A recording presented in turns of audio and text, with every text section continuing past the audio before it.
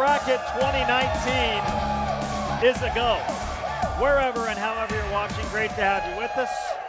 I'm your host, Spencer Linton, live from Adobe in Lehi, Utah, teamed up with an elite group of analysts here to help you better predict what has become known as the unpredictable. We're back to deliver a bunch of critical data that will power your bracket selections this March. We're talking about over 10 million rows of data, over 56,000 games, and over 100 key metrics, all to help you become the smartest person in the room. And don't take my word for it. Take the bracket that finished in the 98th percentile last year, produced by this team of Adobe analysts. Let me introduce you to our key stars up on the desk. We'll start on the far left side of the desk. Michael Jordan comes to her for bracket advice. Hailing from Chicago, Illinois, Jen Lasser. Great to be here, thanks. Next to Jen, he is the Spud Webb of Adobe Analytics. His name is Nate Purser. Excited to be here. All right, and to my left, standing at 6 feet 4 inches, he has amazing facial hair. He will posterize you with numbers, Trevor Paulsen. Good to be here.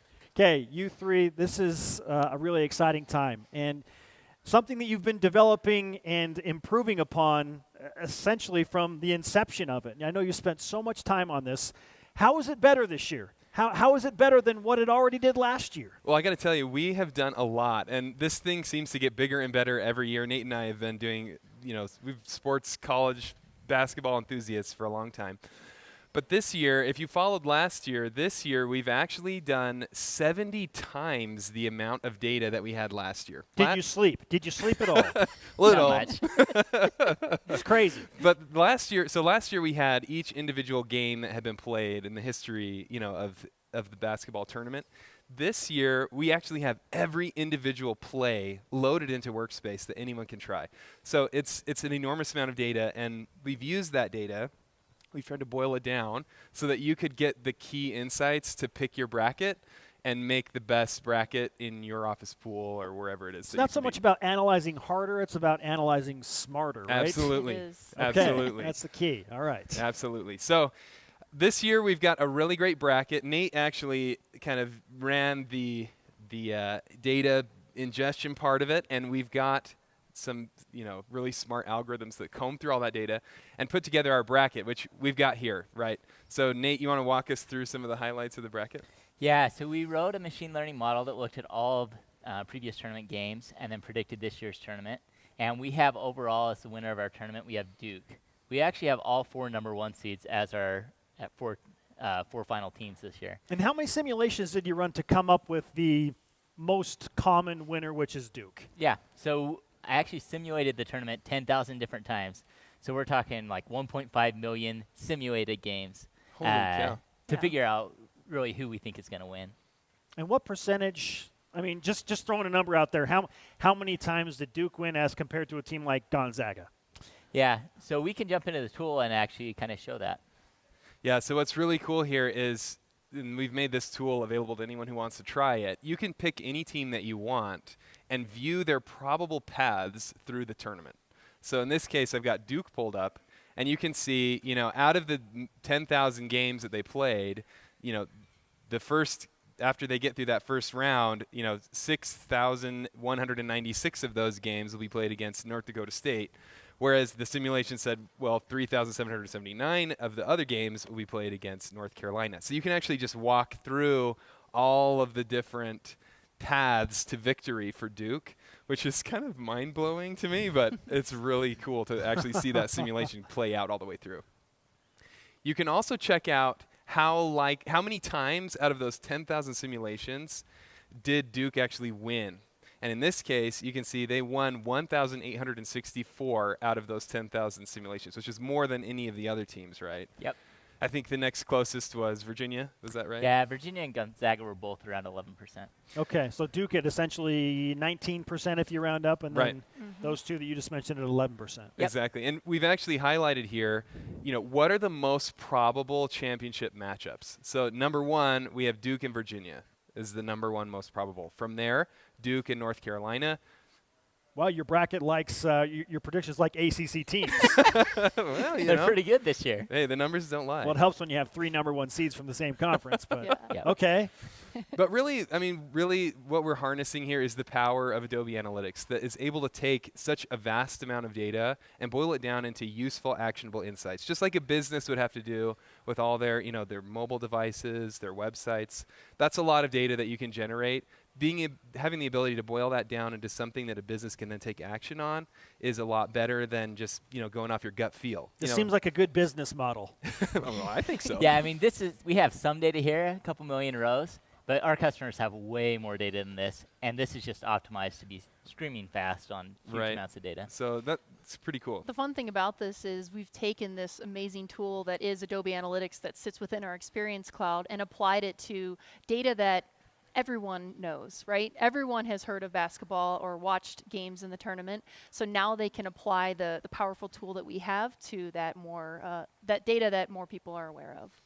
Why strictly leave things just to chance and picking one team color over another team color? Though that does help in some instances, especially in the early rounds. Yeah. It seems like these analytics and these numbers are going to help a lot of people be happy when it comes to early April and winning their office pools or whatever they're competing in. I can't tell you how gratifying it was last year when I would get tweets of people saying like, hey, thank you so much. I won my office pool because of you. And I was like, yes, data wins every time. Yes, you did. Send your royalty checks to the following address. So let's cut down to the meat here. So we've loaded in here. If you're just wanting to know what are the teams I should pick for my bracket, we have this wonderful table here that will show you how likely each of these teams are to progress all the way to the championship. Duke's number 1, Virginia's number 2. We have Gonzaga, North Carolina, just like we said before. But what I really like is we actually have, and this is where I'm going to geek out a little bit, a distribution curve. So if you pick Duke, we will tell you what is the distribution of bracket scores that you will actually get based on that championship. Wow, that is fantastic. That's next level. Oh, in yeah. Every sense of the phrase. This is the first time we've had this one. So like last year, we ran a simulation on last year's data as well. So we were in the 98th percentile of our simulations. That was only in the 70th percentile of our simulations. So that's kind of the edge that you're getting by using data basically. Right, exactly. Okay, so there is power in the numbers. Absolutely, yep. So I can tell you right here, if you pick Duke, you have a much better chance of getting a better bracket than if you pick someone else. I'm big on the eye test, but my eye test is telling me that the numbers are speaking the loudest. So it's great stuff. You can still pick based on color if you want, but it's probably going to be turn out a bit better if you found it in data. Now, I know we're going to attack a number of other subjects within this program moving on, but I particularly like the excitability factor and who's the most watchable player, who's the most watchable team, which matchups are going to produce the highest potential number of points. All of that is available here. And again, we'll take a deep dive later on that, but I really like what that presents. Yeah, we took a chance to really go all out this year. We added some interesting new metrics that I don't think most people usually track, like watchability. Like if I have friends, they don't really care about winning their bracket per se, but they do want to watch the best games. There's only so much time in the day to watch basketball. So narrowing that down to the teams that are most watchable, I think that was a pretty cool idea for us to put in this year. Yeah, and there are people that are competing in brackets that are based round by round. So it's not just, hey, you get one shot to do the whole bracket. There are other entities that are saying, hey, if you completely blew the first round or the first day, it's okay. Come back now and try and pick perfectly the second day. This really helps with something like that. Exactly. Yeah, as you look at the matchups. Cool. Okay. Fantastic work to all three of you. We look forward to hearing more from all of you as we move through this production. But bravo. You've done it again. Good luck this year. Perhaps I should say thank you for allowing me to win my bracket. Now I'm we'll more confident than ever. Okay, we'll be back with more. Thanks, guys. Thanks. Thank you.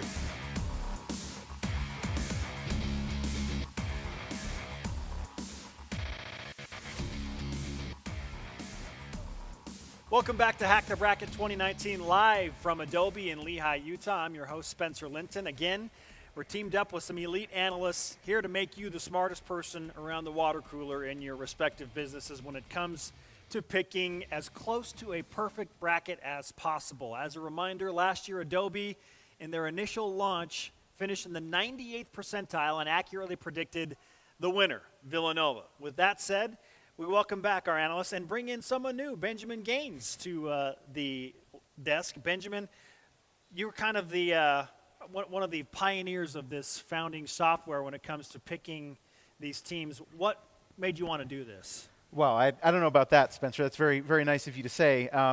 I want to make sure to shout out Nate Purser, of course, Trevor Paulsen, who's appeared on here as well. That's really been a whole team effort. But we at Adobe, we've had this amazing analytics software that we've offered to businesses large and small for years and years. The Omniture business, which was acquired by Adobe in 2009, has evolved into this platform that brands all over the world use to run their business, to run their marketing, run their customer experience.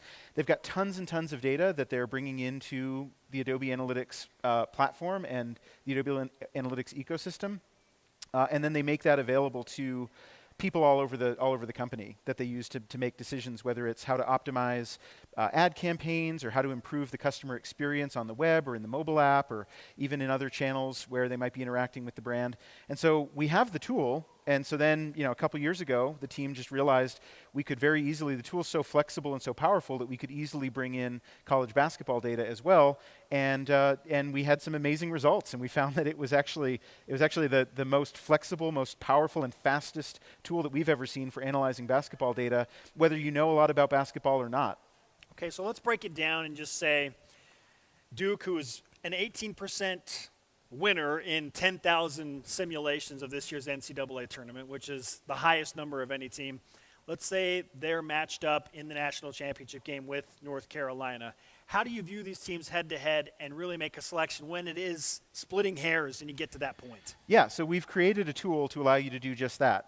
We've got in Adobe Analytics, if you sign up for Hack the Bracket, you'll be able to take advantage of this team comparison tool. It does exactly what you're describing. It lets you pick any two teams and match them up one against the other and see if there are any insights that pop off the page. So I will do that right now. I've got this loaded up to look at Duke and Virginia Tech, but you can just select from the drop-down here, and you can search for the team that you want to compare. In this case, it's North Carolina. And you'll see very quickly data will start to come back on North Carolina. So we can see that our machine learning model has them as the fourth best team in the field. They're a 1 seed, just like Duke. Looking at the teams across offensive and defensive efficiency, we can see that Duke and North Carolina match up very closely, which, for those who follow college basketball, they know that these teams have played 3 times and North Carolina's won twice. But Duke was without its best player. So makes sense that they'd be roughly evenly matched.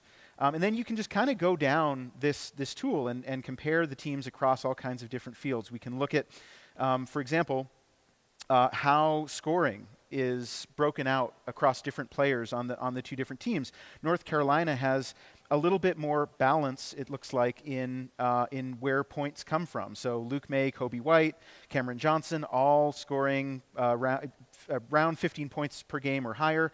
If you go over to Duke, it's the Zion Williamson and R.J. Barrett show. And so, if I'm picking this game, obviously, this probably goes without saying, but if I'm North Carolina, I'm trying to take the ball away from R.J. Barrett and Zion Williamson, make some of these other guys who don't score as much, make them handle the ball, make them contribute more than they're used to. We can look at this across how experienced the teams are. North Carolina is a senior-led team, 40 points per game coming from their senior class. Do have a strong freshman contingent, as you can see here on the screen.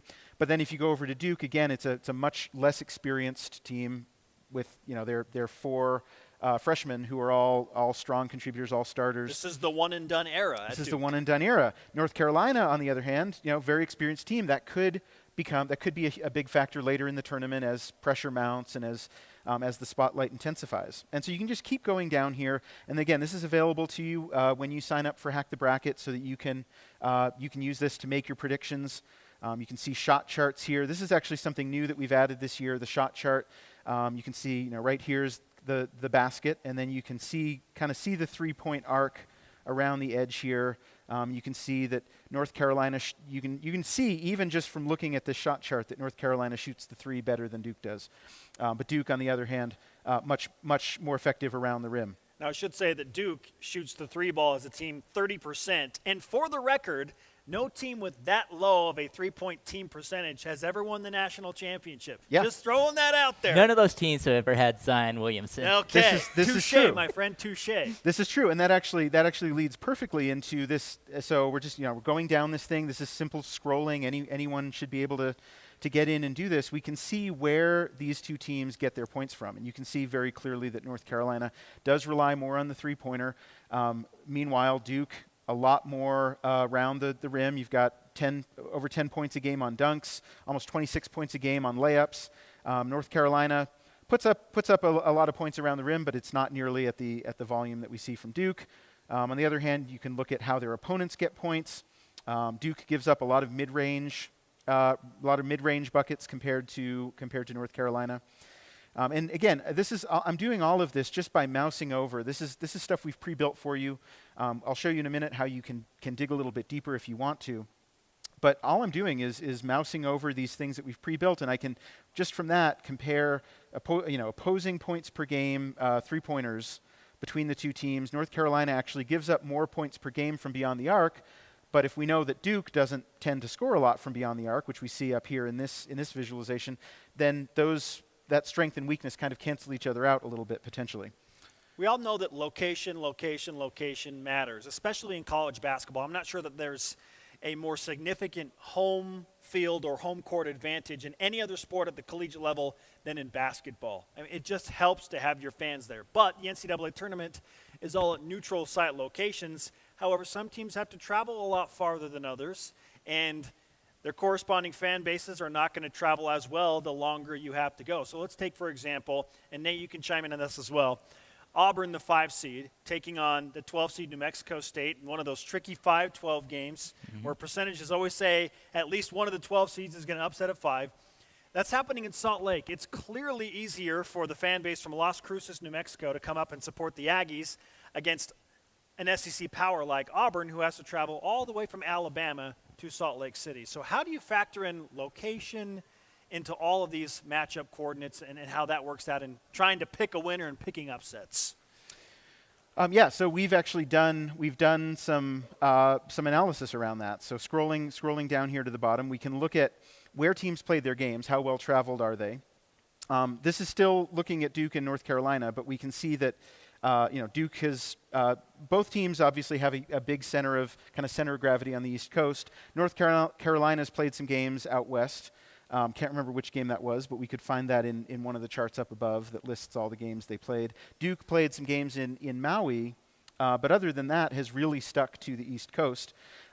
So as they move, I guess the farthest west they'd ever have to go is Minneapolis, but that could potentially become a factor that if we look at how the teams have performed in away games and neutral games, which we've got here. So, and this is where we've reached the point in this visualization in this project where we're really getting into numbers, right? So we've done a bunch of the high level stuff for you up at the top. If you want to really dig into percentages and numerical values, we've got these tables for you. One of them is all around game location. So we can see how Duke and North Carolina differed in how they perform at home versus how they perform on the road. Duke between away and neutral games, 14-3. North Carolina just 12-5 in away and neutral games. So that's something you can just add. You can add those up right here under the away column and the neutral column for both teams. We can see that one of the interesting findings here is that both teams are significantly worse defensively on the road and at neutral site as opposed to home. There's a common myth that defense travels. You should always be able to play great defense even on the road. Not necessarily true. At least the data doesn't bear that out. And so that does suggest potentially an advantage for a New Mexico State, an advantage for any team that's going to be a little bit closer to home. If they can play better defense.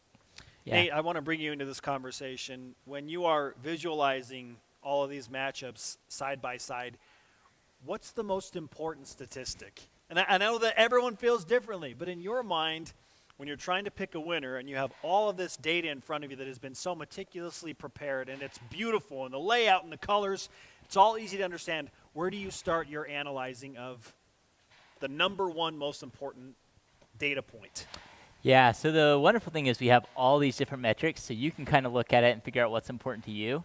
In terms of actual, like the machine learning and the intelligence, what the machine learning has shown to me is that offensive efficiency and defensive efficiency, they're kind of a catch-all metric. But if you look at just those are typically the most predictive of any of the metrics. Also, our model this year, the two things that we keyed in on were offensive rebounding rate and the ability to force turnovers from the other team. Those two things also, looking back historically, have been significant in the tournament. Okay, I'm ready to pick my bracket. Wrap it up. Now, Let's go. Now, hang on. That's an interesting point, Nate, because I'm looking at this data, and I talked about insights just jumping off the page. So an interesting point here around defensive efficiency for North Carolina. I said that defense doesn't travel. It does for them. In true away games, now these brackets are all about sort of neutral site games, but in true away games, North Carolina actually plays better defense than they do at home, which is interesting. That gives them actually a better net rating, so that's offensive efficiency minus defensive efficiency away from home, which bodes really well for them in the tournament. Duke can't claim that. Duke goes from a 28.6 net rating, so they're roughly 29 possessions better per 100, or 29 points per 100 possessions better at home than they are. Sorry, I think I botched that. They're 18 points per 100 possessions better at home than they are on the road. So significant difference for sure. Significant difference. North Carolina is actually better on the road in terms of net And ratings. maybe that's the freshman. Maybe that's a The senior freshman thing. Perhaps that's Could where be. the experience factors in. could be, for and that sure. just jumps right out of the tool here with Hack the Bracket. So hopefully people can get in and find some of those things. Look at some of their favorite teams or look at some of the matchups that they aren't able to figure out. And there's a whole lot more in here that we could go into that will help them do that. How long did it take you to put all of this together? It took me a long time. Yeah, we've been working on this for months, just getting all this together. Just a ton of work to get all these different components and pieces in place. When you see Villanova come back as the predicted winner last year and you're like, maybe we're on to something here. Oh, and our bracket finished in the 98th percentile. What was the first thing that went through your minds? Start with you, Nate, and then we'll ask you, Ben. For me, it was, how are we going to do this again next year?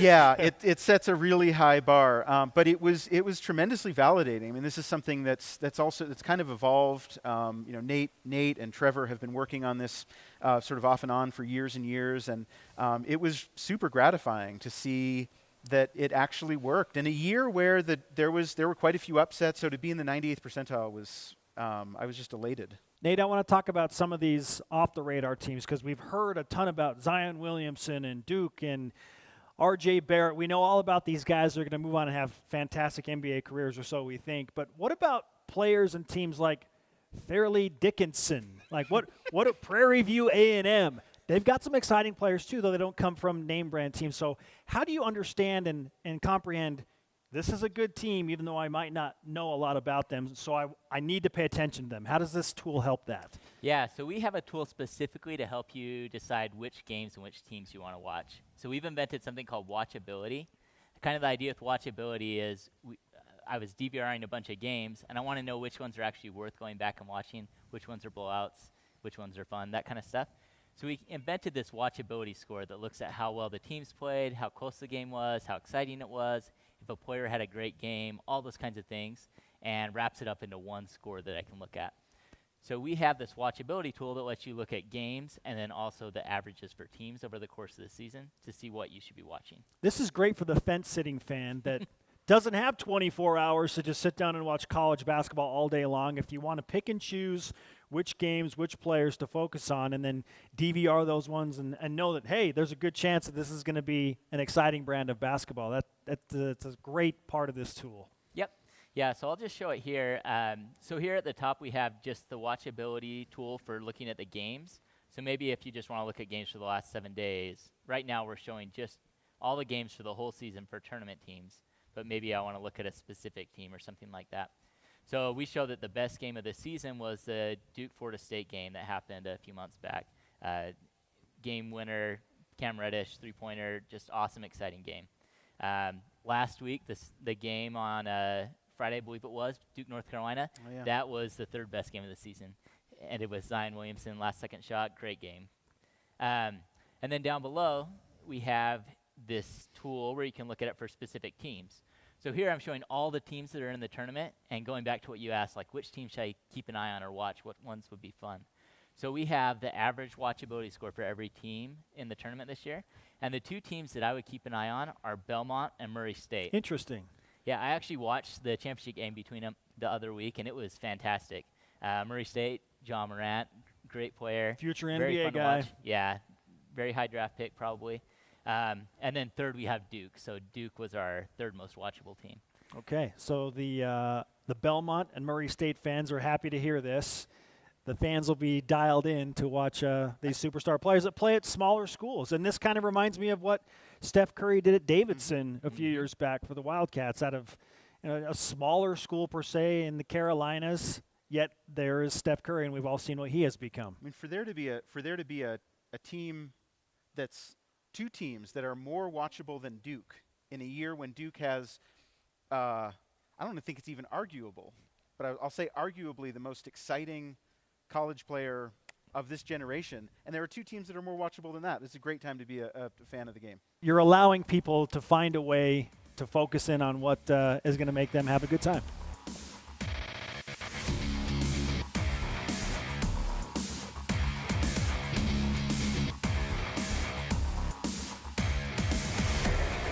Welcome back to Hack the Bracket 2019, live from Adobe in Lehigh, Utah. We have a rotation change, some fresh substitutions back in, and we now welcome Brandon George, a man who simply loves LA and can probably help you figure out why the Lakers aren't winning right now. But a conversation for another day.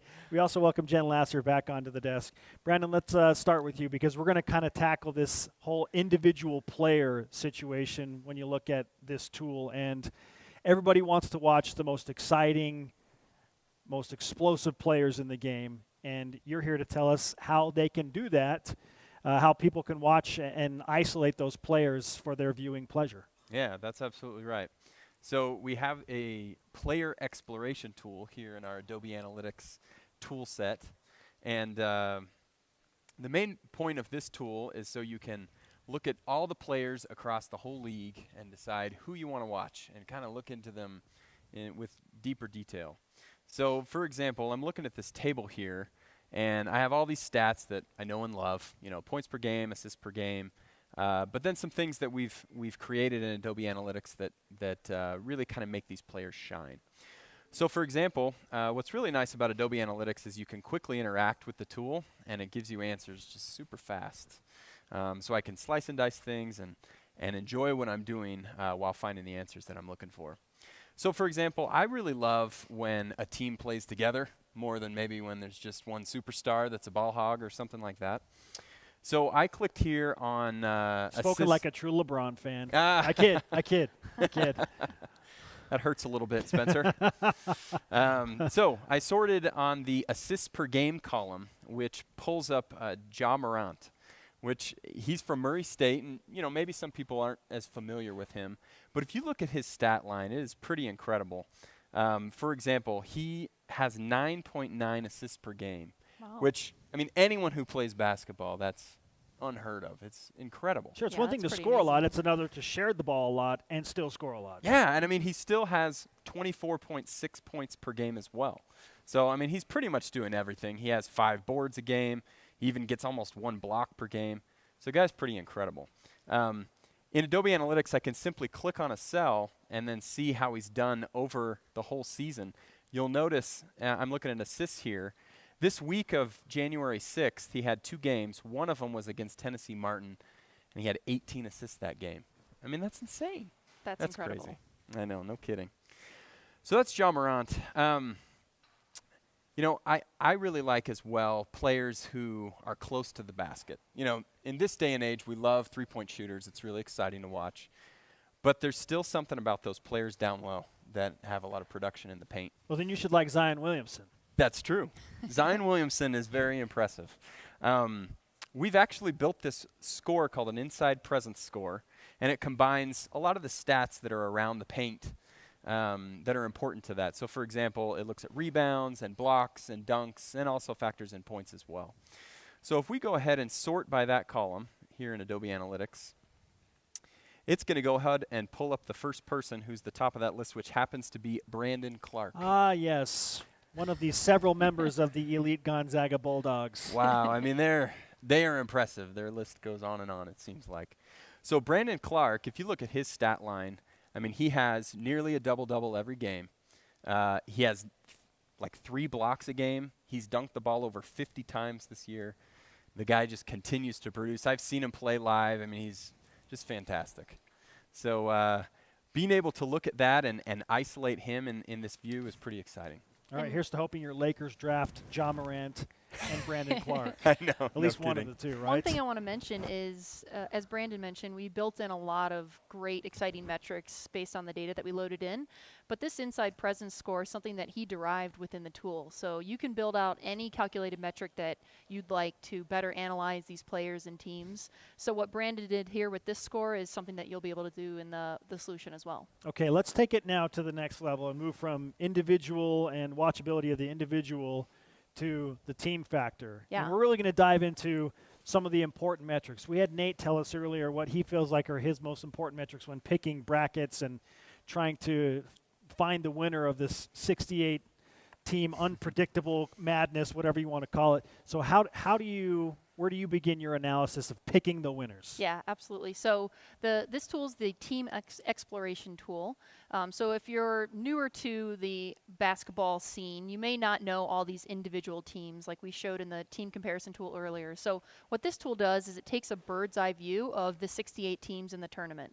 So you don't need to know anything about any of the teams. You can just look at this overall and really find who the winners are going to be and who the losers are going to be.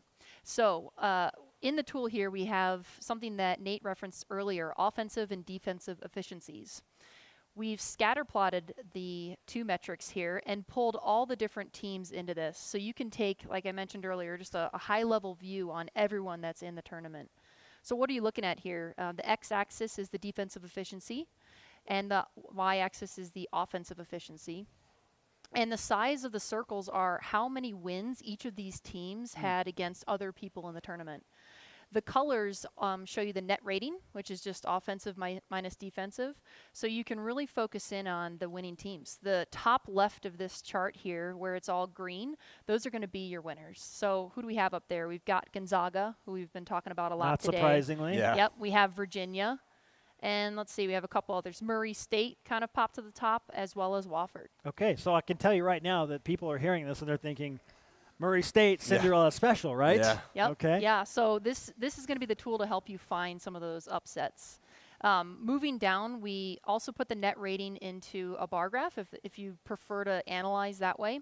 So you can see every single team based on their net rating. Starting from the left, the top 3 are Gonzaga, Virginia, and Wofford.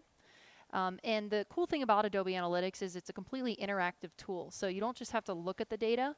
You can overlay averages if you'd like to really figure out where in this chart do I need to stop caring, because now I've ventured into teams that will probably lose.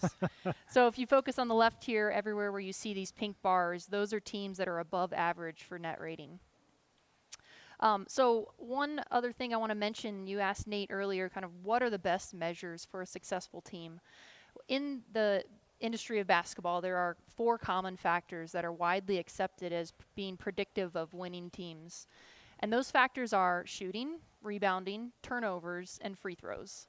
And there's a particular KPI or key performance indicator for each one of those. So we've built those into this tool as well. You can see for shooting, you measure effective field goal percentage. So the top 3 teams for that are Gonzaga, Wofford, and Belmont. You'll see some themes as they go down these. For turnovers, we like to focus on turnover rate. The lower the number, the better. You don't want to lose the ball. You want to have more time with it. And the top 3 teams for that are Michigan, Gonzaga, and Nevada. So far, Gonzaga is kind of hitting on all 3 of the metrics we've discussed. All cylinders. Yep. Factor 3 is rebounding. So we look at both offensive rebound rate and defensive rebound rate. You want to have more chances at shooting the ball, and you want to take away those chances when you're on defense. Seems simple enough. Yeah, very, very simple. It's another thing to execute it and do it so well, and this is what the data proves. Like, Yeah. these are the teams that actually could do that. That's Exactly, right. yeah. And you can completely interact with this graph to focus on either offensive or defensive, whatever you'd like. But for offensive, you've got Baylor, Cincinnati, and Kentucky that lead the way. The final metric, and I think one of the neatest, is free throw rate. So this is the amount of time that a team spends at the free throw line in the course of a game. It's not how accurate they are when they get there, it's how often are they getting there. And for this, we see that there are actually some new teams in the mix. UCF, Arizona State, and Prairie View A&M pop to the top. So there's a lot of potential upset teams that are getting surfaced in the data here, and you can tell that really quickly with the things that we've built out. So one last thing I want to show you, because this is what makes Adobe Analytics really sing, is how fast you can analyze the data that we've built in here. This is amazing because I'm worried that I'm not going to be able to sleep. I have so much information at my fingertips, but you've made it so that I can make these educated decisions in a short amount of time. Yeah, you can do it in a short amount of time, or you can stay up all night and spend hours in the tool. You The can deep do whatever dive. you'd like. Up to you. Which is Up to probably you. what we'll do. Exactly. Yeah. So I hail from Illinois. That's my alma mater. But unfortunately, they didn't make the tournament. But I still want to throw my vote behind some other teams that were in the same conference as Illinois. So one of the things we've added to this tool is the ability to filter by conference. So I'm going to go ahead and look at all the Big Ten teams that did make the tournament. My spidey senses tell me that Michigan State's going to pop up somewhere here. Yep, Probably you right, are correct, Spencer. sir. All right. So bubbling to the top of our efficiency scatter plot, Michigan State. We also have Michigan. They have a little bit of a lower offensive efficiency, but they make up for it in defensive efficiency. So if I'm picking the teams for my tournament, I think I'm going to put a couple Big Ten teams through, maybe to the the final 8 or 16. It's hard not to pick with the heart sometimes. I Even know. the analytic experts that see all the numbers like must pick Big Ten teams. Exactly. I'm going to make very educated guesses, but also based on heart, for sure. It makes it fun. Yeah. Okay, great stuff. We appreciate the time. Yeah. Thanks, Spencer. Thanks This so is much why for having you do. us. This is why you do what you do. Yeah, this has Okay. been fun. Now just send me the software. Okay. All right, we'll send you a link. Thanks.